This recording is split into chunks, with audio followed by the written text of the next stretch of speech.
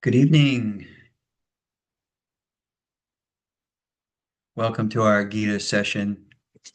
We're continuing the study of the sixth chapter entitled Dhyana Yoga, or the Yoga of Meditation.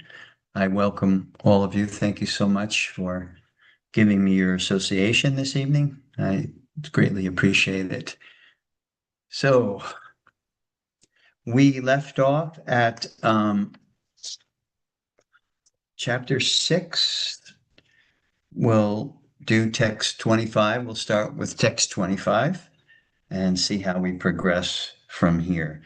So we begin each Bhagavad Gita class with Sanskrit to put us in the mood of the dialogue between Krishna and Arjuna. So the Sanskrit in text 25 of chapter 6 reads as follows. Shanai Shanair Uparamid Buddhya Dritti Grihitaya Atma Sangstam Manak Kritva Na Kinchid Api Chintayat. And the English translation reads as follows. Gradually, step by step, one should become situated in trance by means of intelligence, sustained by full conviction. And thus the mind should be fixed on the self alone and should think of nothing else. That is a very lofty goal to try to achieve, to think of nothing else but the self.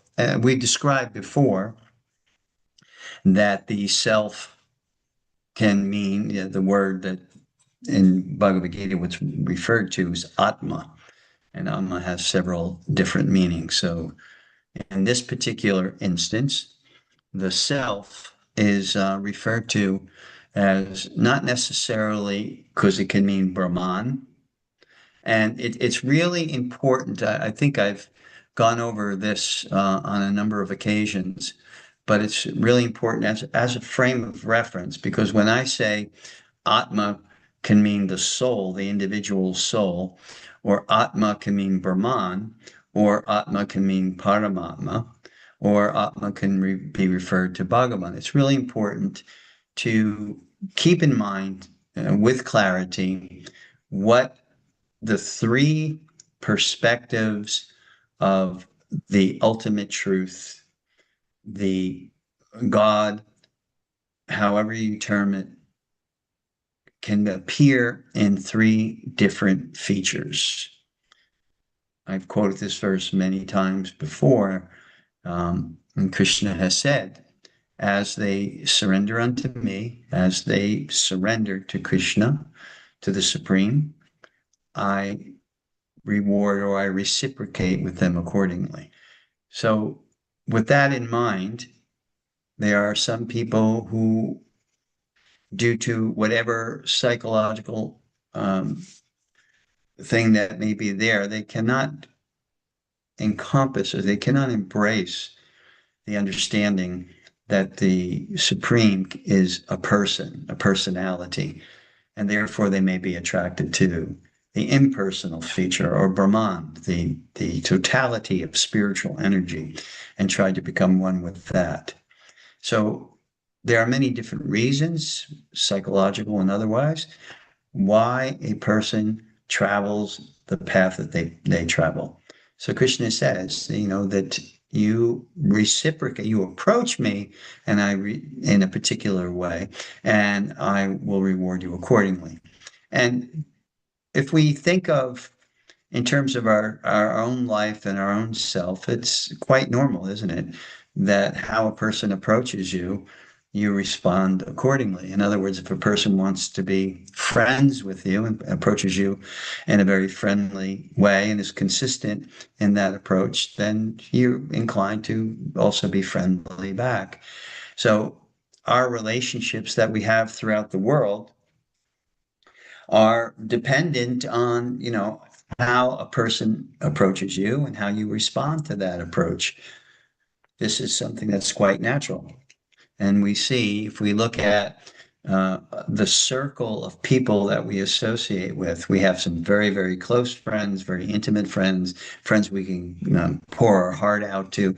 We have no problems in confiding in them. And if they want to, you know, have us as their confidant where they can hear from us also, then that reciprocation is there. This is because the relationship that we have with the Supreme is the same way. As we approach, then there's a response. There's a natural response. So that's why it's important to understand the three aspects, basically, of response that we get from the ultimate truth, from the absolute truth. We can either enter into a full, loving relationship with Bhagavan, or the personality, the personal feature of God. Or we can go within our heart, and seated next to our heart is Supersoul. This is another expansion of the Supreme. In this material world in particular, in order to enter and control and organize the entirety of the material world, all the material universes, it's described that Paramatma, Supersoul, enters into it, into the heart of all living beings. And that specifically is in reference to in this world, the living entities that are in this world, because once one establishes the relationship with the Supreme in a very intimate manner, then that super soul, that Paramatma feature, becomes the Supreme that you are approaching. In other words, if you're approaching Krishna, then super soul within your heart is Krishna and Radha. If you are approaching Sita Ram, just like in the case of Hanuman, when Hanuman wanted to demonstrate that Sita and Ram were always in his heart, he pulled open his chest and there was Sita Ram. It's because Hanuman is the greatest devotee of Sita Ram. So he's always meditating, he's always thinking of Sita Ram. So the nature of the relationship that we forge with the Supreme is the response that we get. And this, like I said, is quite natural in the psychology of relationship. So that's what Krishna says here. He is now making, in this sixth chapter, we'll get back to the sixth chapter, he is now referring to the super soul. The Atma that he is referring to, the Atma, the meditation of the self that he's referring to is super soul. Because what's happening in the sixth chapter is a transition. The sixth chapter is actually a transition. And this particular section shows a method of mental control, the experience of spirituality, the vision of equality, the samadarshana that is in the next verse, and then the vision that we develop as a devotee. In the 11th chapter, when Krishna and Arjuna are having their dialogue, Arjuna mentions to Krishna that he wants to see these different features of divinity, the feature of the universal form, how Vishnu can assume that particular form of the universe in a particular feature that it's there. So Arjuna expresses his desire to see that. And eventually, after he expresses to Krishna that he wants to see the different features that Krishna can be approached in, the four-arm feature, the universal form feature, and then the two-arm feature that is embodied by Krishna himself. Krishna says that you do not have the eyes to see this, but I can give them to you. I can give you the eyes. Divyam chakshush. Chakshush means vision, and divyam means transcendental. I'll give you. So what we should be very clear on is that when one is performing yoga, we're talking about dhyana yoga in this yoga meditation. One is performing, there is effort, but it's not by effort that we establish our connection to the Supreme. It's not by effort alone.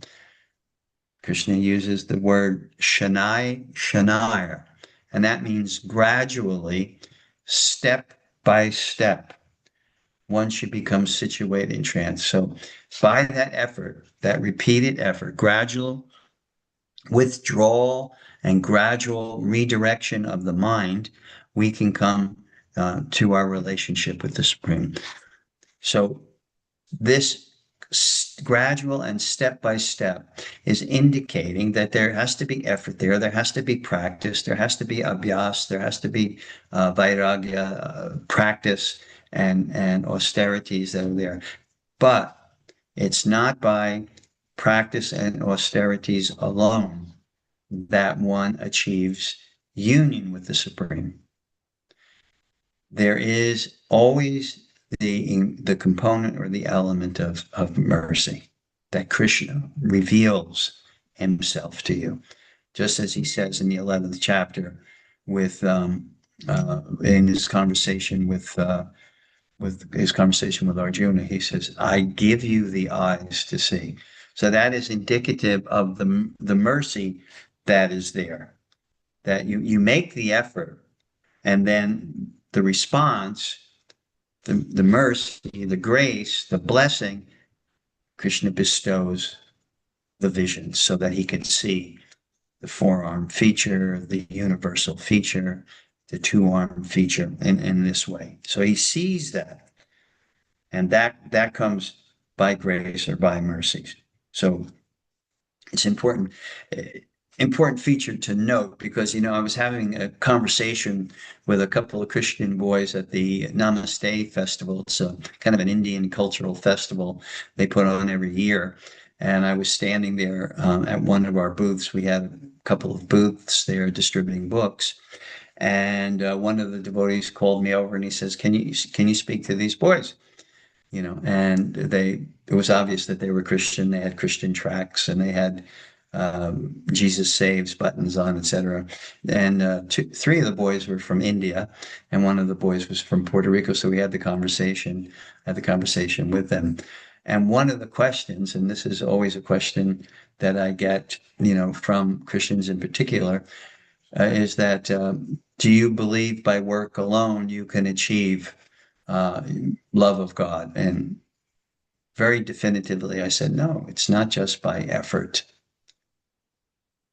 There has to be the element of mercy. And they really related to that because that's a big thing, a big component of Christian faith, that you have to be a recipient of the mercy of Christ. So also in any yoga system, we can make the effort, whether it's Ashtanga yoga or Kriya yoga or whatever, the Buddhi yoga, Sankhya yoga, we make the effort, but the realizations ultimately won't come unless they're given to you, like this Divya Chakshush that Krishna is talking about in the 11th chapter.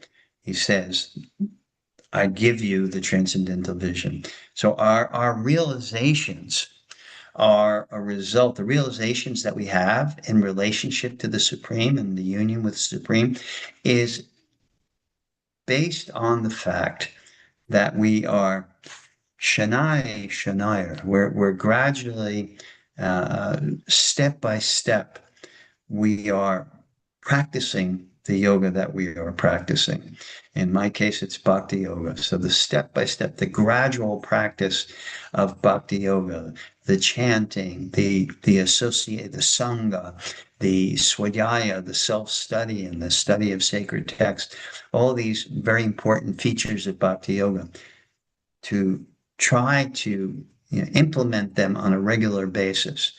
And then the end result is by that effort, Krishna sees that effort and he bestows realizations. based on the efforts that we are making. And if the efforts are sincere and honest, and what I mean by that is that, we are doing it so that we can establish our loving relationship with the Supreme, not for any kind of recognition as I am a great yogi or a great devotee or whatever. We do it because our heart is desirous of entering into a connective relationship with the Supreme. Then that will come, based on how you are approaching the Supreme. So this is an important thing to consider here. So what does the Krishna say here? One should become situated in trance. And trance, by definition, it means full absorption in the absolute. If you're a bhakti yogi, it means full absorption in the object of your love and your loving exchange. Whether it's Krishna or Vishnu or Ramchandra, the object of your meditation, the object of your worship, the object of your devotion, that particular personality, that particular mode of worship. And why I use the word mode, because even in the three that I just mentioned, there's different moods in relationship to the particular feature that you are trying to enter into the relationship with. With Krishna, it's very casual and informal and playful. With Ram, it's more serious, more straightforward, and with Vishnu, it's what's called Aishwarya, awe and reverence. So the mood is different. So depending that actually the mood in which you approach has an effect on how you develop your relationship with. In other words, Krishna doesn't like so much the mood of awe and reverence. In fact, when Mother Jasoda, there's a Leela in the Bhagavad Purana, the Srimad Bhagavatam, where Krishna is on the lap of Mother Jasoda, and Balaram tells Mother Jasoda, Krishna's eating dirt. So Mother Jasoda is shocked. Krishna, why are you eating? I'm not eating dirt, Mother. Balaram's lying to me. I'm not eating dirt. So Balaram said, no, he's eating dirt. That's why I'm telling you. It's not good for him. So finally, Mother Jasoda says, okay, Krishna, open your mouth. I want to see, whether you're eating dirt or not. You're a child. That's the nature of the love relation. That's the mood of the love relationship between Krishna and his devotee, Mother Jasoda. It's that reciprocation where she is the mother and she's the protective spirit, and she has that flavor of love and loving exchange. So she's concerned, even though Krishna is the Supreme Personality of Godhead and doesn't really need the protection. But what Krishna needs is love. What Krishna wants is love. And Krishna has this relationship, this loving relationship in different flavors, just like we have it here in this world. We have a love relationship with our parents. We have a love relationship with our siblings. We have a love relationship with our friends. We have a love relationship with our spouse, our partner. All of them are slightly different and have different elements which give it its special flavor. So that's because the origin of love and the variety of flavors within that eternal loving relationship is actually coming from the Supreme. That is the cause of this mood of love. So the mood of love between Jasoda and Krishna is Jasoda is the mother of Krishna. So in her motherly mood, in her mood of mothers are very protective of their children. Oh, my child has to eat enough. My child has to sleep enough. My child should bathe. You always see a mother is concerned for the well-being of their child. That's the expression. That's the way a mother expresses. One of the ways that the mother expresses her concern and her protective spirit. So Mother Jasoda asks Krishna to open his mouth. So he opens his mouth. And what does she see? Does she see dirt? No, she doesn't see dirt. What she sees is the entire universe in his mouth. And for a moment, she becomes bewildered because in her mood of love, she doesn't see Krishna as God. She doesn't experience him as God. So when this manifestation of his omnipotence happens to her, it kind of bewilders her for a moment. And then she said, no. This Krishna is not the Aishwarya, the creator, the personality that invokes awe and reverence. No, this is not. This is not my Krishna is my child, my loving child. So this is the mood, and this is the expression that they experience. This is how it is experienced. So in these particular verses that we're talking about, Krishna is saying here, gradually, step by step, one should become situated in trance by means of intelligence. Why? Because the intelligence is a very powerful, subtle energy, more powerful than the sensory energy, more powerful than the mental energy. It is the discriminating energy, the discerning energy. So Krishna makes it very clear here that how do we control the mind? By virtue of purified intelligence. The mind may be more compulsive, wants to do things, wants to experience things like that. The intelligence says, hey, wait a minute. Is this the best thing for me? Do I eat a half gallon of ice cream right before I go to bed? Is that the best thing for me? So the intelligence is the discriminating factor. So Krishna says here, gradually, step by step, that means you do your practice, you do your yoga, and the sadhana that you have in your particular yoga. You chant your japa, you do your kirtan, you study the sacred text, you associate with wonderful devotees. So you do that gradually, step by step. And then as you practice, as the sadhana, which is your practice, is there, gradually, you become purified within the heart. Purification in the heart, purification of the intelligence. The intelligence in its pure state is stronger than the mind and helps to discriminate what is best for you and what is not good for you, what is beneficial, what is detrimental. So Krishna says here that you become situated in trance. That means that you are determining the best use of your time. As intelligence becomes pure, as intelligence becomes sharp, then there is always the discriminating factor of how I am using my time.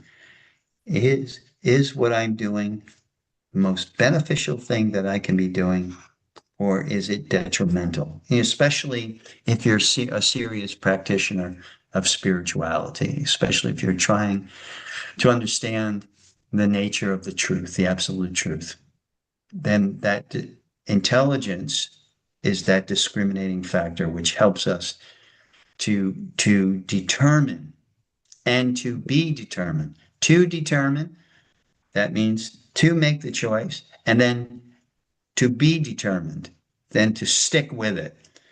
So that's what intelligence, which is sustained by full conviction. Be determined to do it, to make the decision and to stick to it. And thus the mind should be fixed on the self alone. The self, as I said before, Atma Samstam. So the word Atma is being used here. Atma Samstam means that you're situated in transcendence. So the way Atma is being translated here is that personality, Paramatma, super soul, which is situated in transcendence. You um, place your mind in absorption on that super soul that is within the core of your heart. And by full conviction, fixed on the self alone and should think of nothing else. So now what Krishna is transitioning to, in the beginning stages of Ashtanga Yoga, he's talking about more the mechanistic aspect of it. Sit on kusha grass, put the deer skin there, the back, neck, and head straight, and the breathing process, the pranayama.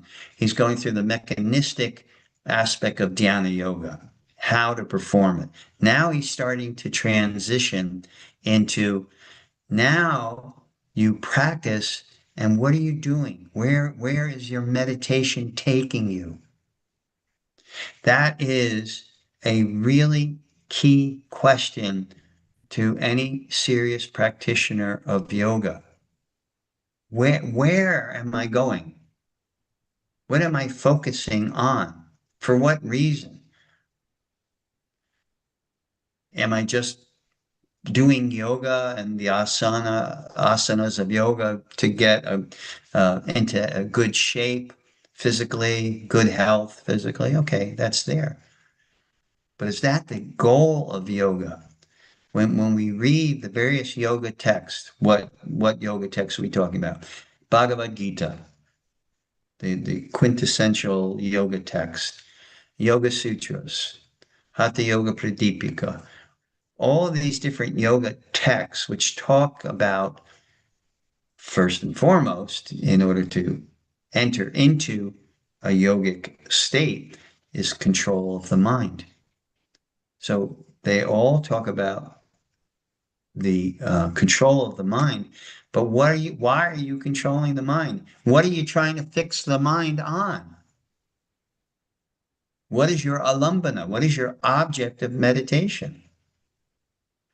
Now, Patanjali is very liberal. He says you can meditate on a candle, you can meditate on the mind, you can meditate on the luminous soul. He gives, several options. You can meditate on Ishwar, the Supreme Lord, the Supreme God. He gives you options.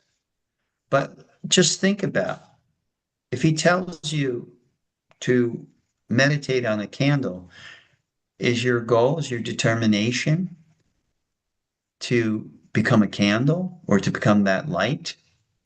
Or is it just one aspect of the mechanism which is involved in controlling the mind so that you can fix the mind on your ultimate goal in your yoga practice, in your meditation? So Krishna is now transitioning, and he'll conclude the transition in the final verse of this chapter, because Arjuna will ask him, okay, you're telling me, to follow a process, you're telling me to practice yoga, you're telling me to fix the mind.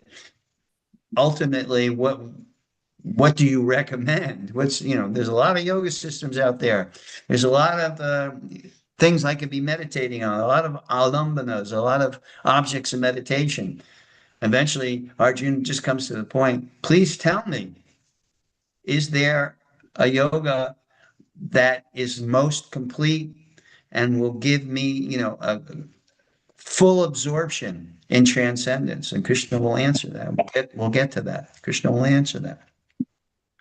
And Krishna says here, you should think of nothing else. So the mind is compared by one of the great acharyas, Vishwanath Chakravarti Thakur, is compared to a restless child.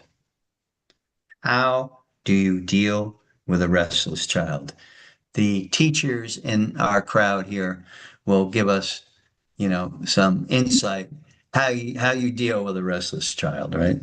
You always repeat redirection. One of the things I didn't like when I was teaching, and I was teaching in high school, and some of those kids were like 18 years old. And I'm thinking to myself, I got to keep redirecting this kid back to the world here. He's out in the clouds there, and I got to come back here, get back on page. And I got something written on the board. You're supposed to take notes. Hey, guess what? Those notes are going to be on your test. Yeah, there's our teacher Victor there correcting papers right now, and he's going to be redirecting his students. Once those papers are handed back. So Vishwanath Chakravarti Thakur, one of the great acharyas in our bhakti lineage, he says the mind is like a restless child. And how do you deal with a restless child? Repeat it, redirection, without discouragement. Someone, please mute. Without discouragement. This is the important thing. Repeat it, redirection, without discouragement. And my teacher,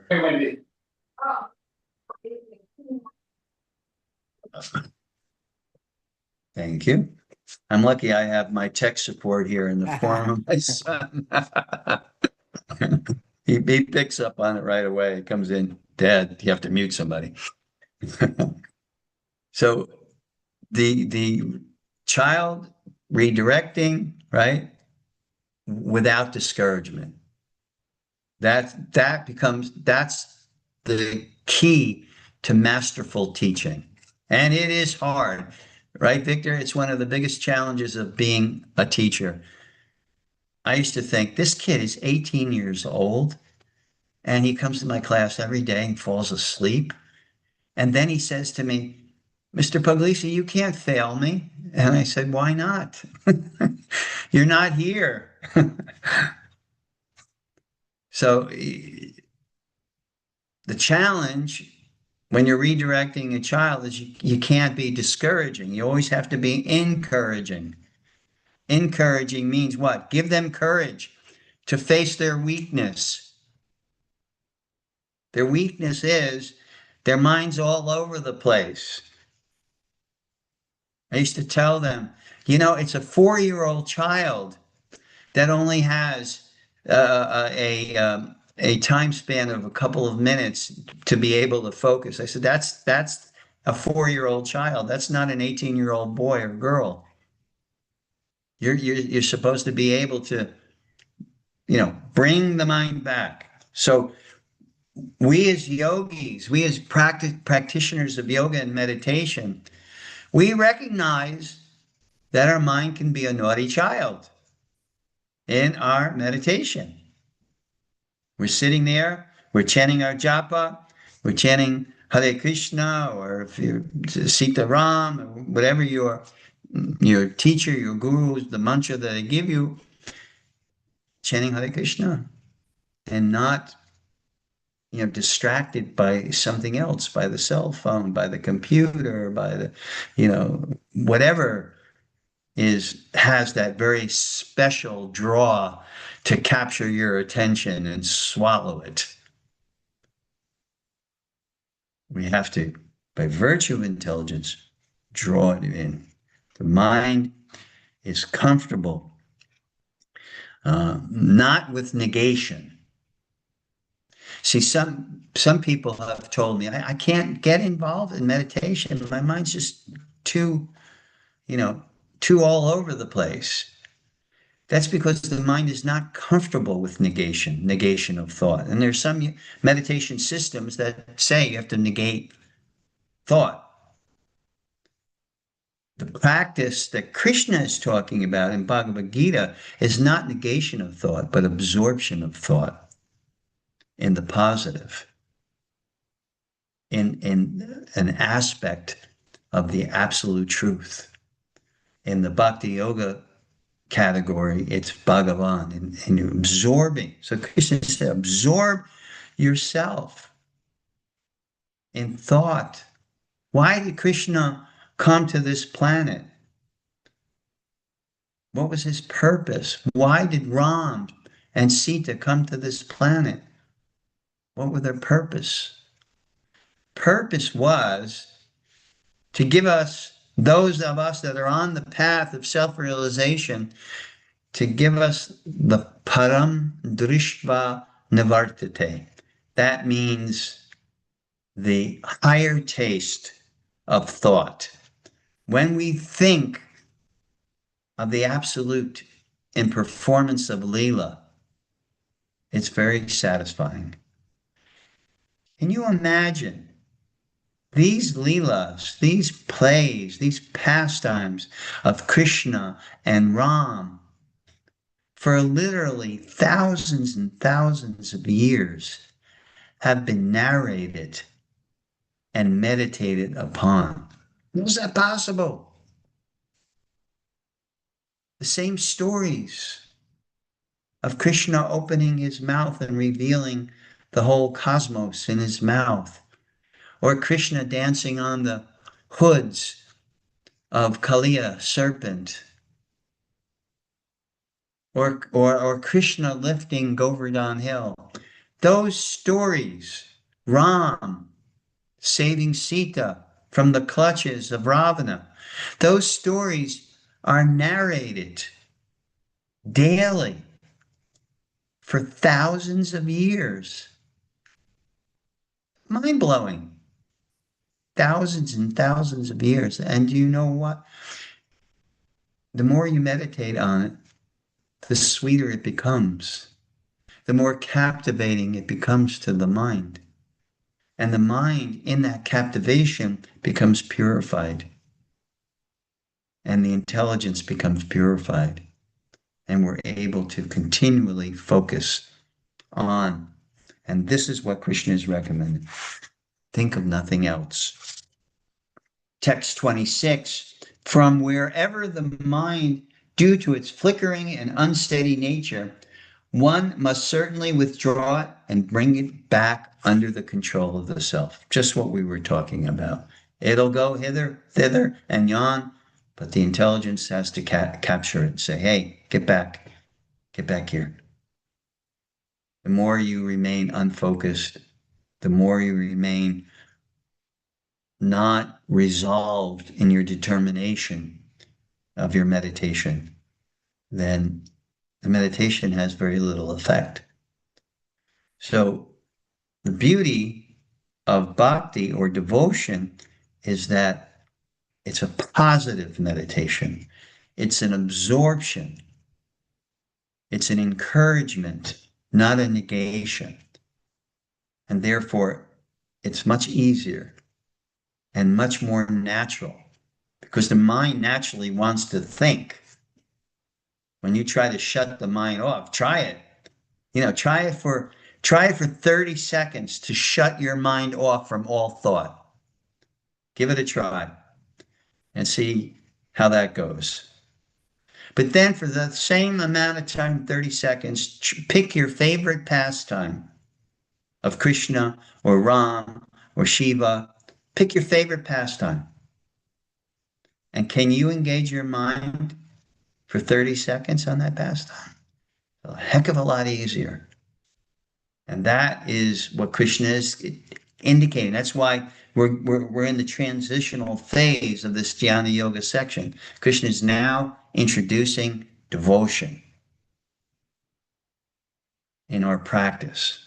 So he says here, first, you have to capture the kid. Withdraw the senses from the sense objects and redirect it to your meditation, your object of meditation.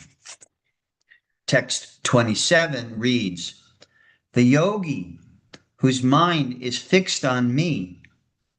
So now this particular verse, this is very specific. Now Krishna is starting to get really specific here. He says here, he's saying the Sanskrit is prashanta manasam. So manasam means mind. So the mind is peaceful. Krishna is saying the mind If the mind is turbulent, and that's why you're having a hard time meditating, that comes when you try and negate thought. But if you redirect the mind to the thought of Krishna or Ram or Vishnu or Shiva, you're redirecting to the pastimes of those divine personalities. It's easier for the mind to become absorbed in that particular way. So what does Krishna say? The yogi whose mind is fixed on me verily attains the highest perfection of transcendental happiness. Peace and happiness are byproducts. They're not even the goal.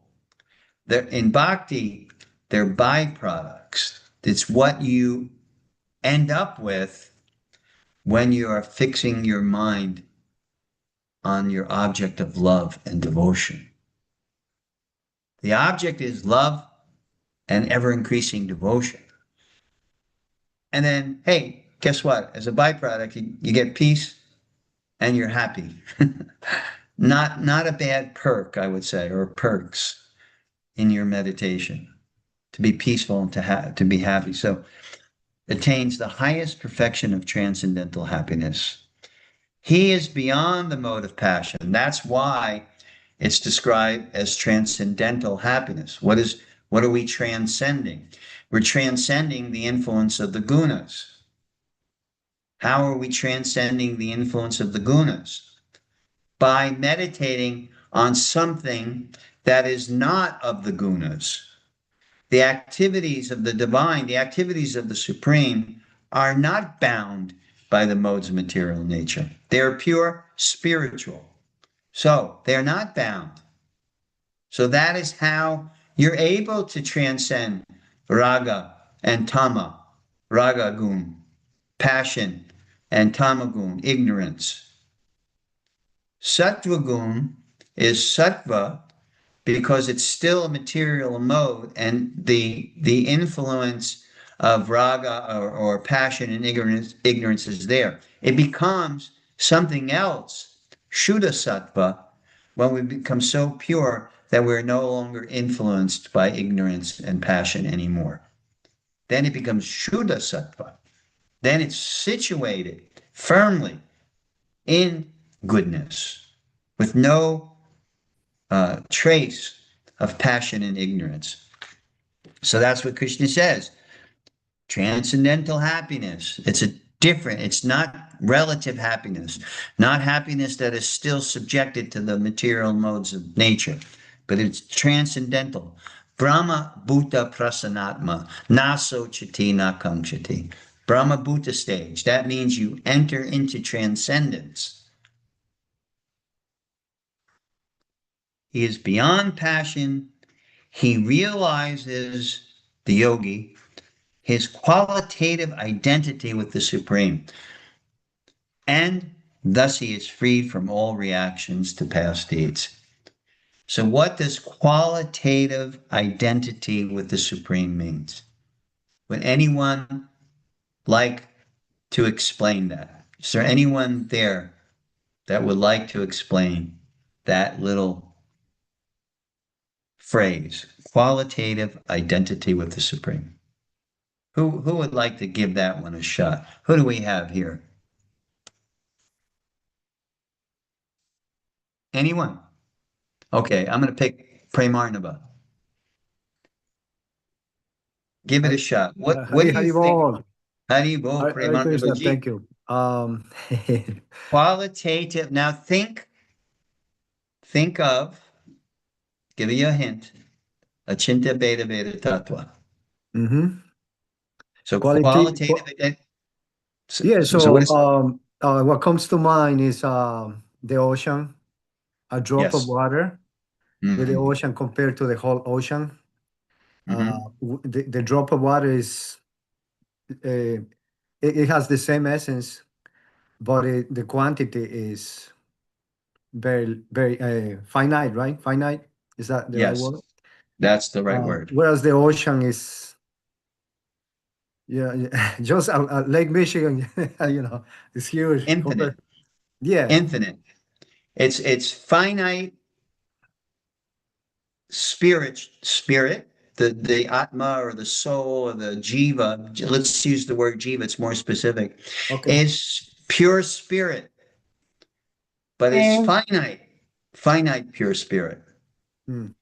Where where's Mamá, the está escuchando una where's clase. the where's the supreme? Mira, Triana. Silencio, por favor.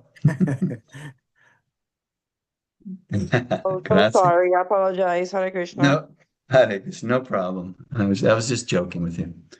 So qualitative identity with the Supreme. Premarnava used a very good metaphor, and the metaphor which is used by the great masters in the Bhakti tradition, the great acharyas, is ocean, drop of water, and the ocean. The drop of water has all the components, has all the ingredients, has all the minerals and salt and all that that the ocean has, but it's finite. So what Krishna is saying is here is we realize our pure spirituality, that we're pure souls. But we understand the very specific word here, our qualitative. Let's see what the Sanskrit is here. Our qualitative nature compared to the supreme, which is infinite, and we're finite, our qualitative nature. One. Oh, question. Thank you. I'm lucky I have my son here. He's so attentive. I know. So that's Nitai Gore. You have your hand raised. Hare Krishna Prabhu, thank you. Any. My So, question is regarding that specific topic. mhm. So, if qualitatively we're same as Krishna, if you if we draw, okay, if we compare one drop, one grain of sand, let's say, right, and and one of these grains of sand would be Krishna, and other grains of sand would be, let's say, other grain of sand would be us. So if we compare that Krishna is a grain of sand and we are grain of sand, those two grains of sand, they are still not equal, are they? Like Krishna is still Supreme Personality of Godhead, and we are still a conditional soul. How but does but that but that's how not does the that compare? compare. That's not the metaphor. The metaphor is you would be a grain of sand. Krishna would be the desert, the entirety. That's Hmm. that's that's what Achinta Beta Beta Tattva means. Qualitatively, um, one and the same with the supreme, but quantitatively different. So if you use the desert metaphor or the ocean metaphor, Krishna would represent the totality, and the jiva, the soul, would represent the finite aspect of the desert. It would have the same qualities Uh-huh. of the But whole if desert. I Go ahead. understand, and if Krishna, for example, he was to take a smallest, because Krishna can be as huge as the ocean or the desert, right, and as small as the smallest part of it. So if we were to compare that smallest part of Krishna to a conditional soul, which is us, still Krishna will be greater. I'm just trying to wrap my hand around. I always heard this comparison. I'm just trying to get a better understanding. That's the only reason that I'm asking. You're trying to wrap your mind around the inconceivable. Okay. Yeah, exactly. Why not? Why not? But the point being that yes, Krishna can be smaller than the smallest. That's called mystic cities. That's one of the mystic cities. Anima, Lagima, Mahima, Prapti, those are one of the 8. But Krishna still retains his infiniteness. He doesn't come down to being finite. Even in the finite, even in his mystic potency of can become smaller than the smallest, he still retains his infinite nature, his infinite spiritual nature. So inconceivable. That's Yeah. something hard to understand, right? Yeah, that's something. That's something that the jiva cannot do at any point of its evolution, even in the fully self-realized state. I'll be with you in 1 second, Victor. I got your hand there. Okay. The jiva can never. The jiva is also called Tatashta Shakti, and Tatashta Shakti means finite, and in its finiteness can be covered by illusion.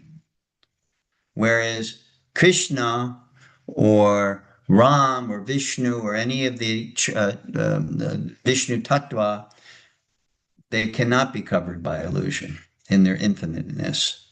They're not Tatashta Shakti. That Shakti, that energy is beyond the ability to be covered because it is, like I said, quantitatively infinite in its constitution. Does that help at all? Yes. Are you still? Yes. Thank you. Okay, Victor, please. All right. Well, I am going to take a gander and say that it is like the sun's reflection on the waves of the ocean. If we perceive it from the shore, we're all like the little sparkles at the crest of each wave, and they all look distinct. And we might even be able to recognize the sparkle in each other as that divinity without still being unable to understand, comprehend, and perceive that there are no individual sparkles, that it's all the sun. Okay, that's a different, what's called Advaitin philosophy. Ah. And you see, there is, in, there are 6 schools of thought that come out. They're called darshans. And these 6 schools of thought, in order to be a school of thought from the Vedas, you have to be able to substantiate your position based on the Vedas. So one of the schools of thought, which Bhakti is a part of, is called Vedanta. It refers to the Vedas. Patanjali, yoga is a darshan, the yoga darshan. And Patanjali had to establish his perspective by reference to the Vedas. Then there's Nyaya, which is logic, and Karma Mimamsa, which is karma and all the intricacies of karma. So there's actually 6. So what you said there is truth, but it's a different perspective of the absolute. That's why I keep referring to again and again to the 3 perspectives of the absolute truth that can the 3 general categories that are manifest. And one of the categories of the absolute truth that manifests for realization for the jiva is what you just espoused, what you just said. And that is the Advaitin philosophy. That comes from Shankaracharya. And we get it here in the United States because many of the yoga teachers that came here in the 60s and 70s, and even to this day, are from the Advaitin school. So that's why in the yoga community, you have what you just said, that kind of perception, which is not wrong, but it is a singular perception that is afforded someone who engages in the study and the meditation upon that feature of the absolute. So what you said was a pretty good translation of what Shankaracharya says is the goal of meditation from the Advaitin school. Now you have the other side. The Vedanta is split into two. The Advaitin, which the perspective that the Advaitin meditator in the line of Shankaracharya is shooting for is merging into the totality of the spiritual energy. And it's not a coincidence that you use the analogy of the sun and the sunshine, because both schools, both the Advaitin school, the meditators on the energy of the Supreme, and the Vishishta Dvaita, which means there's two. There is the Prakriti and there's the Purusha. There's the material energy and there's the spiritual energy. There's duality, plurality. So I hope I'm not losing everybody, but I don't want to hear it. I don't want to hear any snores. But what you said is not what the Bhakti tradition says. The Bhakti tradition, which is coming from Ramanujacharya, Madhva Vishnu Swami, and Nimbarka. Those are the four schools of bhakti, the various types of bhakti that you have. They say something different. And there's always a debate going on between the two divisions, if you're into debate, which I'm not. I just like to explain it, because my guru, who is a pure bhakti practitioner, he said there is no difference, but there is. And that's what Achinta Beta Tattva means.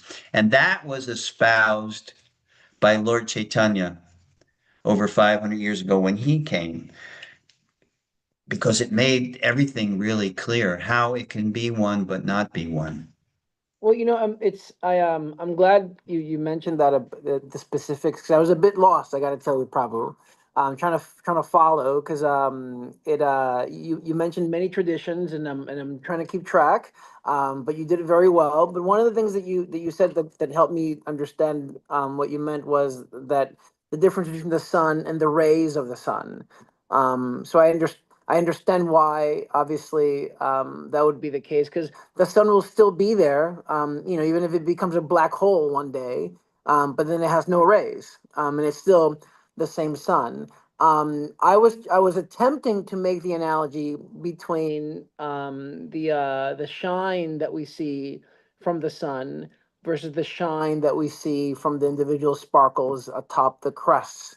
Yeah, from the reflection. The reflection of the sun, right, right, right. Yeah. I'm not sure if that changes the analogy. That's what I was going for. That it's the idea that I was trying to say something with regards to it's all the same, but not the same, right? It's all Okay. equanimity and difference. Yeah. But I didn't consider that I was also talking about the rays of the sun, which are don't have to be there depending on the state of the sun. So I really sunk into what you were trying to say once you mentioned and reminded me that, oh, that is what I said. I was like, oh yeah, that Yeah, does make sense. the different schools use the same analogy to support their perspective. The sunshine and the reflection is used by the Bhakti school in that the sunshine is real and the reflection is dependent on the reality. Yeah. You see, it in and of itself, it doesn't exist. So this material world, in and of itself, it doesn't exist. It's dependent upon the reality of the spiritual realm. Otherwise, this illusion is it's like a mirage. A mirage has a reality, but the mirage is not reality. Mirage is an illusion. It's a reflection. So that's the understanding. What you said, what made me think of the Advaitin school is when you said that to realize we're all one, and that's not the bhakti. Right. The bhakti perspective is what Krishna says in the Bhagavad Gita, Natvevaham jatunasham natwang name janadipa, that he tells Arjuna, never was there a time when I did not exist, meaning Krishna in his form, whereas in the Advaitin school, even Krishna does not exist. Form in any manner or any shape is part of the illusion. But Krishna says no. In Bhagavad Gita, he says, never was there a time, never, eternally, I exist. Never was there a time when you did not exist. Arjuna, you, the individual, and nor all these kings, nor in the future shall any of us cease to be. So that's why Bhagavad Gita really is a bhakti book, although it does explain the different perspectives and gives us some insight to the fact that God can appear in his different features as energy, because it is that energy which is who we are. Everything is made of that energy. So yes, it comes just like the sun has sunshine. So yes, the sunshine exists, and within that sunshine are these little particles of sun, but its origin is the orb itself, that massive form of energy. And according to the Vedas, the sun exists because of Surya, the personality of the sun. So that's why we if we can come out of this sessions that we're having with that understanding in clarity, wow, we've gone a long way. If we can understand and recognize, you will hear that we are all one and individuality is illusion. And that's because it comes from the Advaitin perspective, which is not wrong. The wrongness of it is the other perspectives have a tendency to, from the Advaitin perspective, the Bhakti perspective is wrong, plain and simple. If you're worshiping Krishna and you're thinking you're going to have an eternal relationship with that Krishna, you're wrong, because you're just part of the illusion. But the Bhakti tradition doesn't say if you're wanting to merge into Brahman, the spiritual energy. The Bhakti tradition says, yeah, that's an aspect of transcendence. That's an aspect of the supreme. So you're not wrong. It's just the path that you chose. And Patanjali is saying, if you are meditating on the super soul within you, that aspect of divinity, which is called Paramatma, well, you're not wrong. It's just an aspect of divinity that you're approaching. That's why I keep repeating that verse.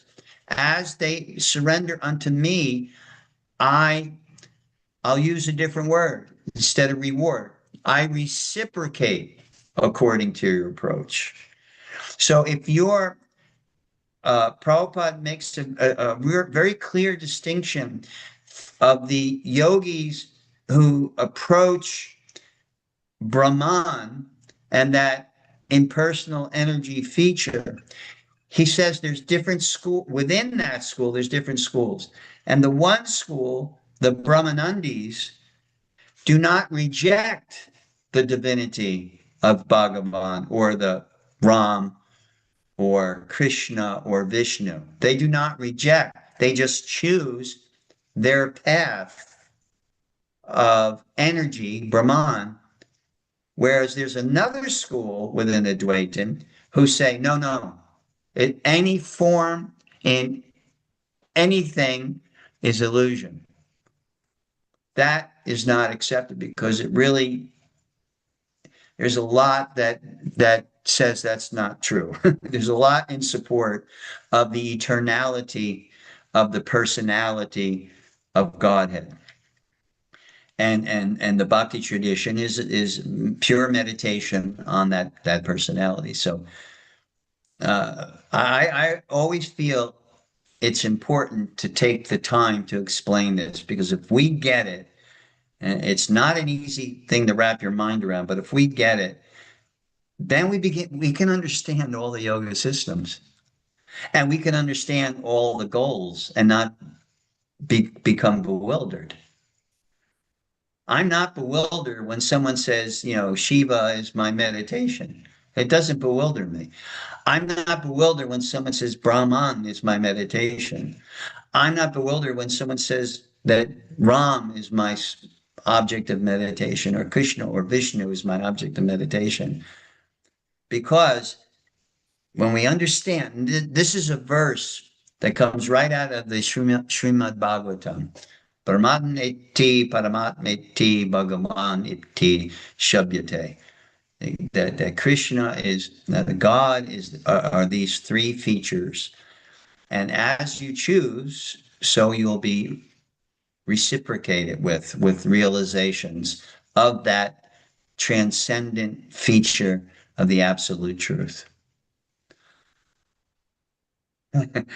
That's a mouthful. So does anyone have any other questions? I'm perfectly willing to spend time, and the questions are great I questions. just want to apologize for the interruptions and thank you. I really for the classes and the seva. Oh, no problem, Triana. I know you're a mom with a young child, and no problem, absolutely no problem. And don't worry about it at all. Haribol. Hare Krishna, Lakshmi Prabhu. Thank you for the Premanda class. Prabhu. You were talking welcome. about the mind, how some philosophies try to control it, to Negate. I use the word negate. negate. Yeah, so it was very, very powerful. There was this priest commenting about Bad Bunny, a Catholic priest. Mhm. And he was just saying, oh, the music, and look, well, our daughters have to see that. And they, he's talking about girlfriends and stuff like that. So he was like for half an hour going on and criticizing everything, but he was just taking negation, negation, negation. But the positive, what I was waiting for, Right. what do you have for, to feed the people, And yeah, when you say the negation versus absorption, absorption, I think you use that word. Even in the relative sense, when we deal with a person, and their faults, oh, you're like this and you're like that, how far do you get? I know I have to raise my hand. I can be guilty of that, in dealing with my wife. And how far do you get with that? Oh, this is your fault and that's your fault. No. What are your good qualities? You have so many good qualities, which is true. That's the truth. And the bad qualities, if you can't even say they're bad qualities, they're just maybe a set of conditionings due to your upbringing or so many reasons. It's easy, right? It's really easy to see the spots on the moon. Prabhupada uses that analogy.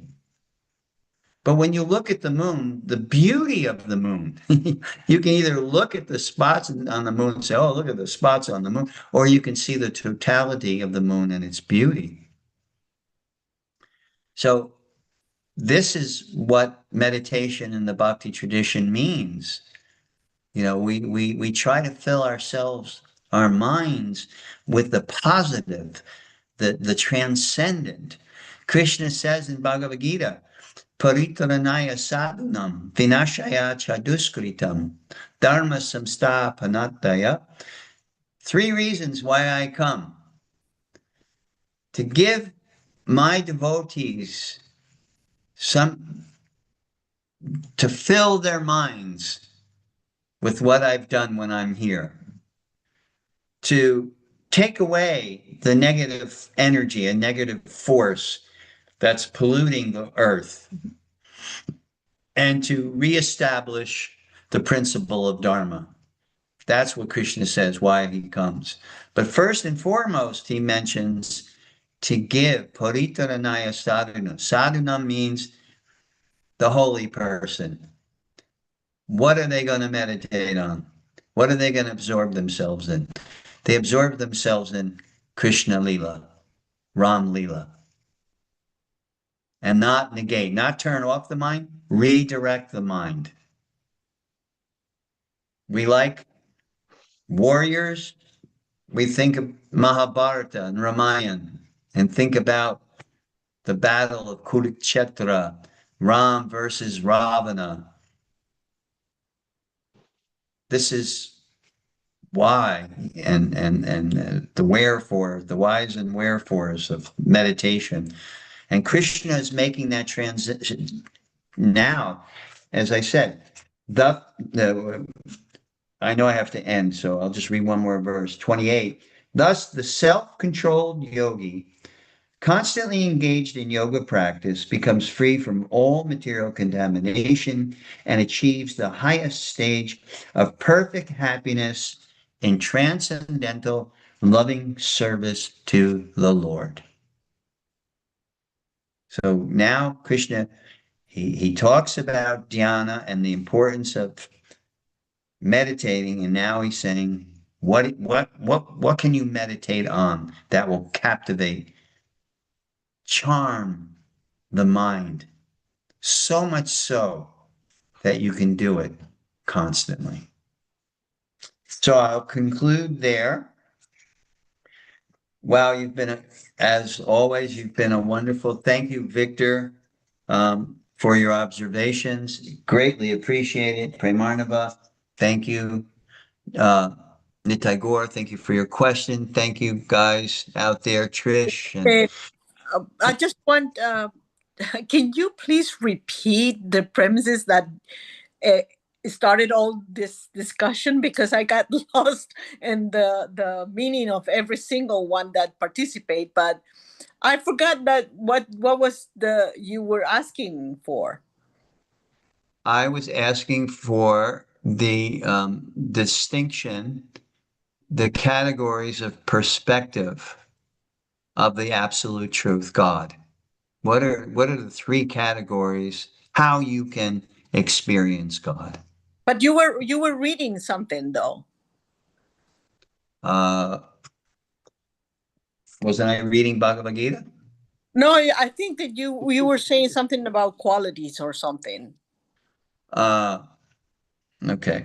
Oh, I think she mean the difference in quantity and Oh, quality qualities between the and Lord quantity. and the jiva.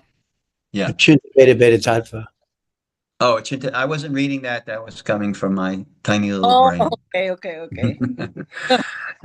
Yeah, because I have felt, for my own understanding, I have felt compelled that I understand this concept, that God can appear in 3 basic ways. And everything that you read about in every religion, why does religion break people apart? How can we all be sons and daughters of God and have it's absolutely mind-boggling. It's because people don't understand that God can appear in different features according to how you approach him. And because that's not being taught, then people are saying, they can get away with saying, my God is the only way. And they can focus in on one verse, one line, and say, that's it. And I threw this at back at the young Christian man who said that, I am the way, I am the life, I am the truth. No one may come to the Father except through me. That's what they told me, why Jesus is the only way. And I said, have you studied other religions? And they said, no. I said, every religion says that. Islam says that. That Muhammad, you can't go to Allah except through Muhammad. You can't go to Adonai in Jewish tradition, except through Moses and the previous. Every religion says that. I said, and I asked him, I said, do you think that's a coincidence? Or do you think that's a directive for those who are attracted to Jesus? I said, in my tradition, Tadvidhi pradipatena pariprashnena sevaya upatek shanti te jnanam jnananas tattvadarshana. Approach, in order to make advancement towards God, you have to approach a tattvadarshini, a seer of the truth. Submissively. Yes, submissively and with service attitude. Every religion said, and that's what I told these boys. They threw that at me. And I said, yeah, I accept that for you. I said, and I even heard, I haven't researched it yet, but I heard the literal translation of that line that they use. If you literally take it from the ancient language, what I heard, and I need to verify this, is when it's literally translated, it means for now. For those of that you're approaching me now, I am your way. I am your life. I am your truth. That's different than if you apply it across the board to everybody, everywhere, every culture. It's different. And I asked them, I said, how can you unify the world? I told them, I said, I have done interfaith dialogue. And the first thing I ask, there's usually a rabbi there, a priest, a pastor, did I miss any religion? A Buddhist monk, and me, representing Vedas or whatever. Hinduism. Yeah, I usually represent Hinduism. White boy representing Hinduism. The first thing I say when it comes my time to speak, I said, please explain to me how your religion is going to unify the world if you're the only way. You're immediately going to chase away billions of people, billions. So to me, when I was on my path, that wasn't acceptable. I did not think of God as being exclusive, but he is inclusive. And when I came upon this in the Bhagavatam, this statement that God has these different features, I thought, that explains it. And even within each category, Bhagavan, meaning personality of God, Brahman, and Paramatma, even within each category, there can be subsets of understanding of the same truth. That's what it means to be infinite and unlimited. If we say God is omnipotent, we say God is omniscient, then that's what it means, folks. It means that he has the ability to appear any way that he wants to attract any mindset, any approach. He has that ability to do that. And that's called the various paths. Now you can say, what is a valid path? It's not that you just make up. The Bhakti tradition doesn't accept that you just make up something and then that becomes the path. No. Bhakti says very clearly that there has to be guru, sadhu, and shastra. There has to be a teacher, the sacred texts, which verify what the teacher is saying, and a history of previous sadhus, holy people who have followed this path.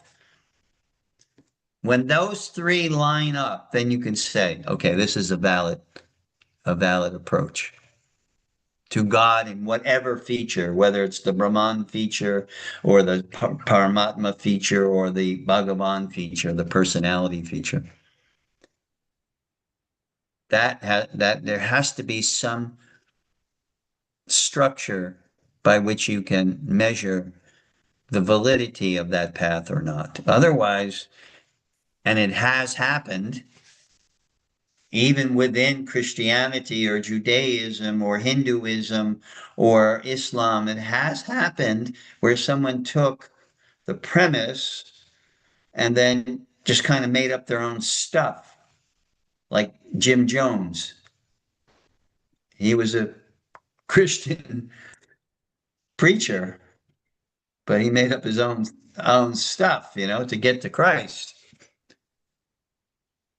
So that's why there's got to be something there to keep us on the straight and narrow path of our approach.